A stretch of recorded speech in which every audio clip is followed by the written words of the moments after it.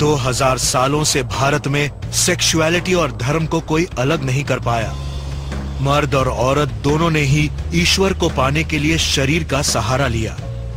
भारत के विभिन्न धर्मों और धारणाओं में पाई जाने वाली जोशीली और आकर्षक सेंसुअलिटी की जड़ उसकी रचना के साथ ही जुड़ी हुई है, जो कि कुदरत और कामुकता का एक बेजोड़ मेल है। हमारी एक स्तुति है सृष्टि की रचना के बारे में, जहाँ आसमान और धरती के बीच सेक्स का वर्णन है। इतने खूबसूरत शब्दों का इस्तेमाल किया गया है कि आपको लगेगा कि आप इसे सच में देख रहे हैं। ये एक लौकिक संभोग की तरह है। इसमें हर तरह का तरल पदार्थ है, इसमें पानी है, इसमें गिरता हुआ मधु है, जिसका काफी खूबसूरती के साथ वर्णन किया गया है।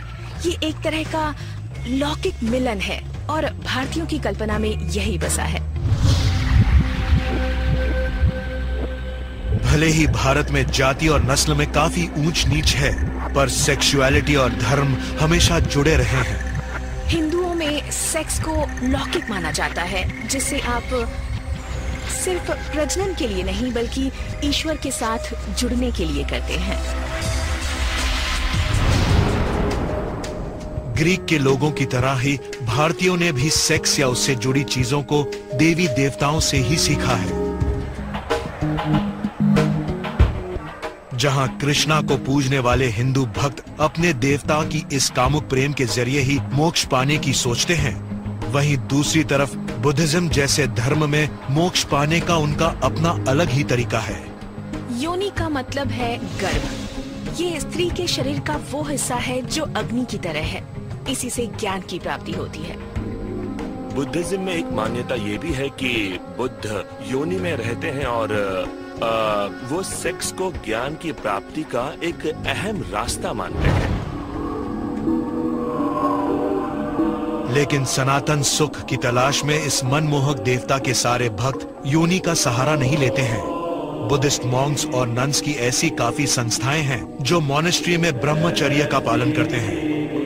शुरुआती बुद्धिस्ट मंक्स ये मानते थे कि अगर आपको सही ढंग से तप करना हो तो मन से सेक्स की सोच को ही निकाल देना होगा, क्योंकि इससे तपस्या भंग हो जाती है। लेकिन हर कोई ये नहीं मानता था कि संसारिक सुख के बिना भी कोई जिंदगी है। 3री सदी के दौरान हिंदू समाज में इतिहास के सबसे कामुक सेक्स मैनुअल के रूप में इन सुखों का एक विकल्प उभर कर सामने आया, काम सूत्र। बड़े नवाब और सामंत लोग जो प्यार करने के अपने अनोखे तरीके को दर्शाना चाहते थे, काम सूत्र के जरिए उन्होंने इस मौके को हासिल किया। कामसूत्र किताब बताती है कि सेक्सुअलिटी एक ऐसी चीज है जिसे सीखना चाहिए, वो भी एक खूबसूरत तरीके से। इसे आप जितना ज्यादा जानेंगे, जितना अच्छी तरह जानेंगे, एक मर्द और औरत दोनों के लिए ये काफी आनंदमय होगा। हिंदू समाज की तरह ही जहां समाज में स्थान हो या खाना, हर चीज को वर्ग और श्रेणी में बांटा जाता है। काम सूत्र ने भी लोगों को एक विशाल सूची दे दी जहां हर चीज सेक्स से जुड़ी थी।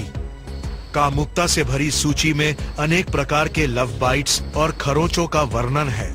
साथ ही 4 तरह का प्रेम, ओरल इंटरकोर्स के 8 चरण और सेक्स की 30 मुद्राओं के बारे में भी बताया गया है।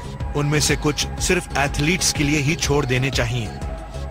एक ऑटोमोबाइल के ओनर मैनुअल की तरह ही काम सूत्र भी सेक्स से जुड़ी हर दुविधा को सुलझाता है, यहाँ तक कि एक मर्द की शारीरिक कमजोरियों को भी।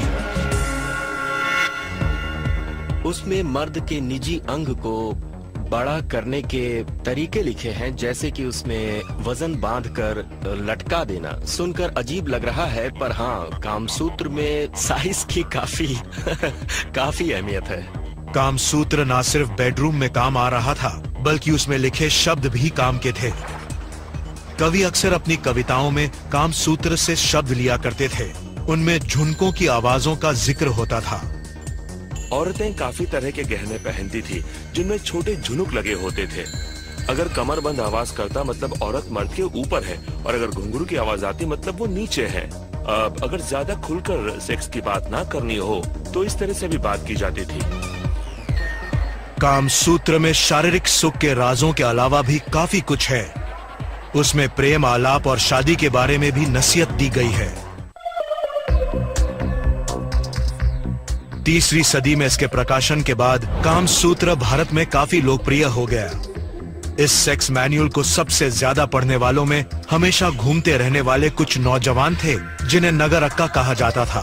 ये नगरक्का ऊंचे वर्ग के मर्द थे जिन्होंने अपने आप को शारीरिक सुख के लिए समर्पित कर दिया था, एक अलग तरह की सेक्सुअलिटी के लिए। उन्हें सजना संवरना पसंद था। वो परफ्यूम लगाते थे, बालों को तेल से संवारते थे, मटक कर चलते थे।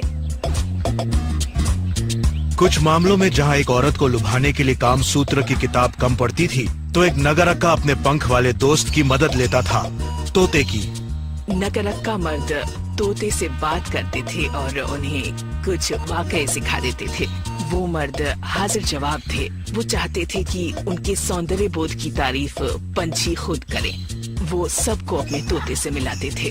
तोते को गंदी बातें बोलना सिखाना, एक अलग माहौल तैयार करना, आखिर सेक्सुअलिटी और सेक्सुअल डिजायर को एक उत्सव की तरह मनाना ही हुआ। पर यहाँ जरूरी ये हो जाता है कि आपको बेहतर साबित होना है। ऐसे तरीके आने चाहिए जिससे एक जबरदस्त सेक्सुअल अनुभव दिया जा सके। भारतीय मर्दों को जिस तरह की औरतें पसंद हैं, वो बार्बी डॉल्स से ज्यादा अलग नहीं दिखती। देवियों को भी इसी तरह दिखाया गया है और एक आदर्श औरत ऐसी ही होती है। बिल्कुल पतली सी कमर, भरे हुए कूल्हे और बड़े आकार के स्तन, इतने बड़े कि उनके वजन की वजह से औरतों को चलते वक्त अपने कंधे आगे की तरफ झुकाकर चलना पड़ता था। पर शादी के वक्त औरतों की इन शारीरिक विशेषताओं का कोई महत्व नहीं रह जाता। ऊंची जाति वालों की शादियां उनके परिवार वाले तय करते थे, जहां ज्यादातर लड़के और लड़कियां एक दूसरे को देखते भी नहीं थे। एक भारतीय दुल्हन के लिए ये एक मानसिक पीड़ा का दौर था, जो शादी के वक्त सिर्फ 12 साल की ही होती थी। जैसे ये बालिका वधू जवान हो जाती थी, उसे अपने पति के घर भेज दिया जाता था। अपने मायके से ससुराल जाना एक लड़की के लिए बहुत मुश्किल होता है। आप किसी की बेटी हैं, आपके माता पिता आपको प्यार से पालते हैं और जब लड़की ससुराल चली जाती है तो उसका अपने माता पिता से रिश्ता टूट जाता है। वो ससुराल की ही हो जाती है। अपने पति के घर चले जाने पर एक नई दुल्हन अक्सर पहली रात को अपने पति से संबंध बनाने से कतराती थी। भारतीय साहित्य में इंतजार को हमेशा मीठा कहा गया है। अगर रोमांस की बात करें तो दूर रहने की तड़प पर काफी चर्चाएं होती हैं। ये एक उत्कृष्ट कामना है कि अपने प्रेमी से दूर रहें और उसके लिए तड़पें। महान लेखक कालिदास का लिखा एक बहुत ही लोकप्रिय नाटक था द क्लाउड मैसेंजर, जिसमें एक प्रेमी बादलों की तरफ देखते हुए कहता है, प्लीज मेरे प्यार का संदेश मेरी प्रेमिका तक पहुंचा दो। सभी भारतीय रोमांस और सेक्स की इन पारंपरिक धारणाओं को नहीं मानते थे। समाज के कुछ ऊंचे वर्ग के मर्द और औरत अपने शारीरिक सुख के लिए कानून भी तोड़ते थे। 6वीं या 7वीं सदी की शुरुआत में तंत्र नाम की एक नई धारणा शुरू हुई। इस तंत्र ने, जिसमें हिंदुइज्म, बुद्धिज्म और सभी दूसरे धर्मों के तत्व मौजूद थे, भारतीय समाज के धार्मिक और सेक्सुअल नियमों की धज्जियां उड़ा दी थीं। बुद्धिज्म में कहा गया है कि शारीरिक सुख के जरिए मोक्ष की प्राप्ति की जा सकती है, वो भी एक अलग तरह के शारीरिक सुख से जो काफी कामुक होता है, इतना कामुक कि उस वजह से आत्मिक सुख की प्राप्ति हो जाए। भारत में बहुत सारे मंदिरों के बाहर तांत्रिक सेक्स की मुद्राएं बनी हुई हैं। पत्थरों की ये मूर्तियां प्रेम करने के कई तरीकों को दर्शाती हैं। कुछ नक्काशी काफी अश्लील है और काफी मुश्किल लगती है। लोगों को बहुत ही अजीब तरह की सेक्सुअल पोजीशंस में दिखाया गया है, जिनमें से कुछ को कर पाना तो नामुमकिन है। उन्होंने ऐसी चीजें दिखाई हैं जिसे कोई भी नहीं कर सकता। तांत्रिक सेक्स उत्सव में मर्द और औरत को खुद को शारीरिक सुख से दूर रखना पड़ता था और ये सब गुरुओं की निगरानी में होता था। इसे काफी खतरनाक रास्ता माना जाता था, जिस पर बहुत ज्यादा लोग नहीं चल पाते थे क्योंकि ये काफी मुश्किल था। बहुत बार तांत्रिक वर्जित मानी जाने वाली इन सेक्स की रस्मों को अंधेरी शमशान भूमियों में किया करते थे। मध्य रात्रि की इन क्रियाओं से मुर्दे तो नहीं जागते थे, लेकिन सेक्स करने वालों की सोई हुई कुंडलिनी जाग जाती थी।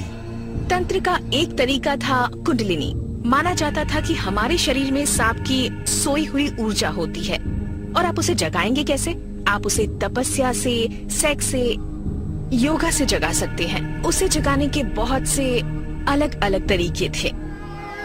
भारत में आज भी न सिर्फ मोक्ष पाने के बल्कि शारीरिक सुख पाने के भी बहुत सारे रास्ते हैं। पश्चिमी दुनिया में सेक्सुअलिटी और स्पिरिचुअलिटी का ये सिद्धांत नदी के दो किनारों की तरह था, पर पिछले 50 सालों से शरीर और आत्मा से जुड़े सवालों के जवाब के लिए दुनिया भर के लोग पूर्वी धारणाओं को ज्यादा करीब से देखने लगे। किस तरह लव, सेक्स और रोमांस के पूर्वी तरीकों ने इतनी भिन्न संस्कृतियों को भेद कर हजारों मील तक अपनी पकड़ बनाए रखी, जिस वजह से पूर्वी और पश्चिमी संस्कृतियों में इतना फर्क आया।